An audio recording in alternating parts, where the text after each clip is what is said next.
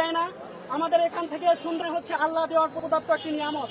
প্রত্যেকটা নিয়ামত আমাদেরকে আল্লাহর কাছে শুকরিয়া আদায় করতে হবে। তারই পাশাপাশি আমাদের ছাত্র জনতাকে আজকে অসংখ্য ধন্যবাদ জানাচ্ছি। আমাদের আজকে আয়োজন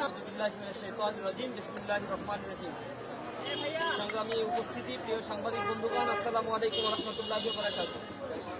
আপনার বিশ্বব্যাপী পরিবেশ দিবস পালন করা হয়। এই 5 জুন সামনে রেখে ইসলামী ছাত্র শিবির প্রতি বছরই মাসব্যাপী বৃক্ষরোপণ কর্মসূচি ঘোষণা করে থাকে। আমাদের সামনে ঈদুল আজহা থাকার কারণে ইসলামী ছাত্র শিবির সেই ঘোষণাটি আজকে দেওয়ার জন্যই মূলত এই আয়োজন করা হয়েছে।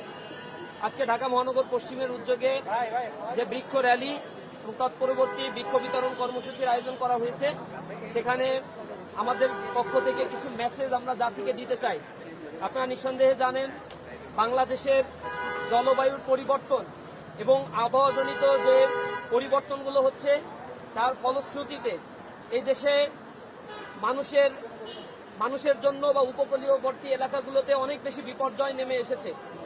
গত বছরও আমাদের দেশে সর্বোচ্চ 43% তাপমাত্রা রেকর্ড করা হয়েছে চুয়াডাঙ্গায়।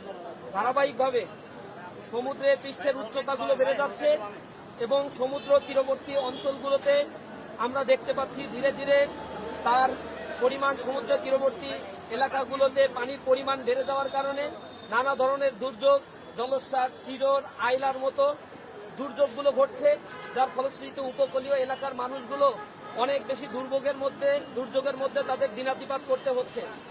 এবং এটা ধারণা করা হচ্ছে, যারা আবহাওয়া নিয়ে গবেষণা করেন তারা প্রেডিকশন করে বলেছেন আগামী 2050 সালের মধ্যে বাংলাদেশের উপকূলীয় এলাকাগুলোর 17% পানির নিচে তলিয়ে যেতে পারে, যার ফলে এখানে প্রায় 9 থেকে 15 লক্ষ মানুষ যারা বাস্তুচ্যুত হবে, যাদের কর্মসংস্থান তারা হারাবে।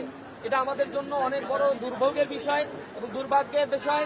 বাংলাদেশের আবহাওয়া পরিবর্তনের কারণে আমরা আরো বেশি বিশ্বের সাথে লক্ষ্য করছি এদেশের জনগণের জীবনযাত্রার মান পরিবর্তন হয়ে যাচ্ছে।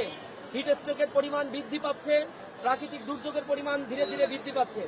এই প্রাকৃতিক দুর্যোগের কারণে আমরা দেখছি প্রতি বছরই উপকূলীয়বর্তী এলাকার মানুষের মধ্যে তারা বাস্তুচ্যুত হচ্ছে, তাদের কর্মসংস্থান হারাচ্ছে, তারা নিজেদের ঘর বাড়ি বাদ দিয়ে ঢাকা সহ শহরের এলাকাগুলোতে তারা পাড়ি জমাচ্ছে।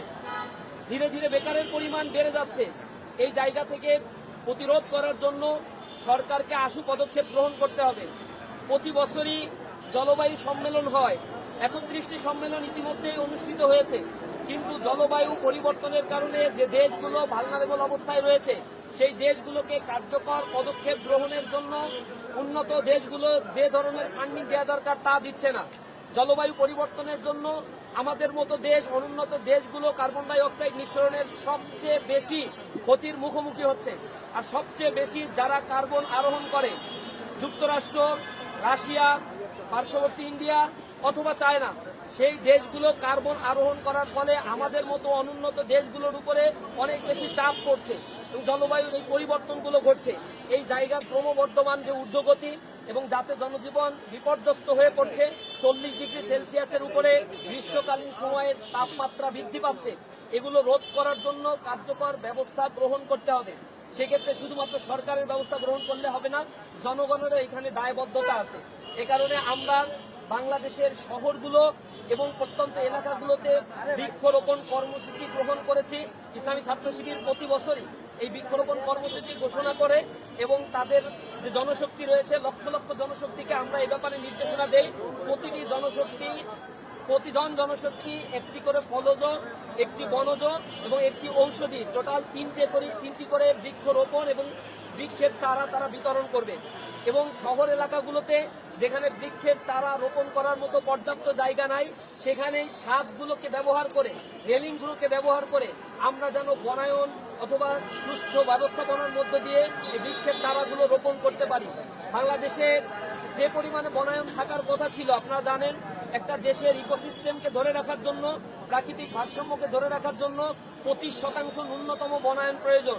সরকারের হিসেব অনুযায়ী বাংলাদেশে মাত্র 12% বনায়ন রয়েছে, কিন্তু বেসরকারি হিসেব অনুযায়ী এই বনায়নের পরিমাণ 9%-রও নিচে রয়েছে। সুতরাং এটা একটা দেশের জন্য অনেক বড় ক্ষতির কারণ হয়ে যেতে পারে। বড় ধরনের প্রাকৃতিক দুর্যোগ ঘটে গেলে হাজার হাজার মানুষের জীবন নাশের আশঙ্কাও রয়েছে। সেই জায়গা থেকে জনগণকে এগিয়ে আসতে হবে। আমাদের স্লোগান এ কারণে, একটি হলেও বৃক্ষরোপণ করব জনে জনে, সবুজ দেশের সুস্থ বাতাস লাগুক সবার প্রাণে। আমরা একটা হলেও প্রতি জনগণ যেন বৃক্ষরোপণ করি, এ ব্যাপারে উদ্যোগী হতে হবে। দ্বিতীয়ত, সরকারের প্রতি আমরা আহ্বান জানাই, এই বৃক্ষরোপণের ক্ষেত্রে আপনাদের যে মন্ত্রণালয়গুলো, জলবায়ু মন্ত্রণালয় কাজ করে, অথবা আমরা দেখতে পাই কৃষি মন্ত্রণালয় অথবা পরিবেশ মন্ত্রণালয় অধিদপ্তরগুলো কাজ করছে, কিন্তু কার্যকর কোনো ব্যবস্থা গ্রহণ করা হয় না। এখানে তাল গাছ রোপণের জন্য একবার কর্মসূচি গ্রহণ করা হয়েছিল, কিন্তু সেই তাল গাছ কোথায় রোপণ হয়েছে আর টাকা কোথায় গিয়েছে এটা আমরা জানি না।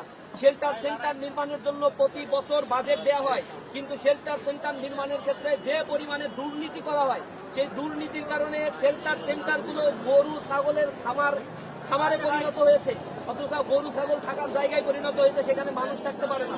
সেখানে জ্বালানিটির কারণে যে বিল্ডিং নির্মাণ করা হয় তার টেম্পার 2 বছরও টিকে না, ভেঙে পড়ে যায়। এরপরে যে এলাকাগুলোতে বৃক্ষরোপণের জন্য, জলবায়ু নিয়ন্ত্রণের জন্য আরো বিভিন্ন কাজে যে ধরনের বাজেট বরাদ্দ দেওয়া হয়, সরকারের পৃষ্ঠপোষকতায় সেই বাজেটগুলো কর্তা ব্যক্তিরা ভক্ষণ করে নেয়। জনগণের প্রতি তারা দায়বদ্ধতা দেখায় না, এবং সেই জায়গায় যে ধরনের দেখি না। সরকারের প্রতি আমরা আহ্বান জানাই, এই দেশ আপনার, এদেশ আমার, এদেশের সকল নাগরিকের অধিকার হচ্ছে তার বেঁচে থাকার অধিকার। সুতরাং কর্মসূচির মধ্যে আমরা বলেছি প্রতি জনশক্তি এবং প্রত্যেক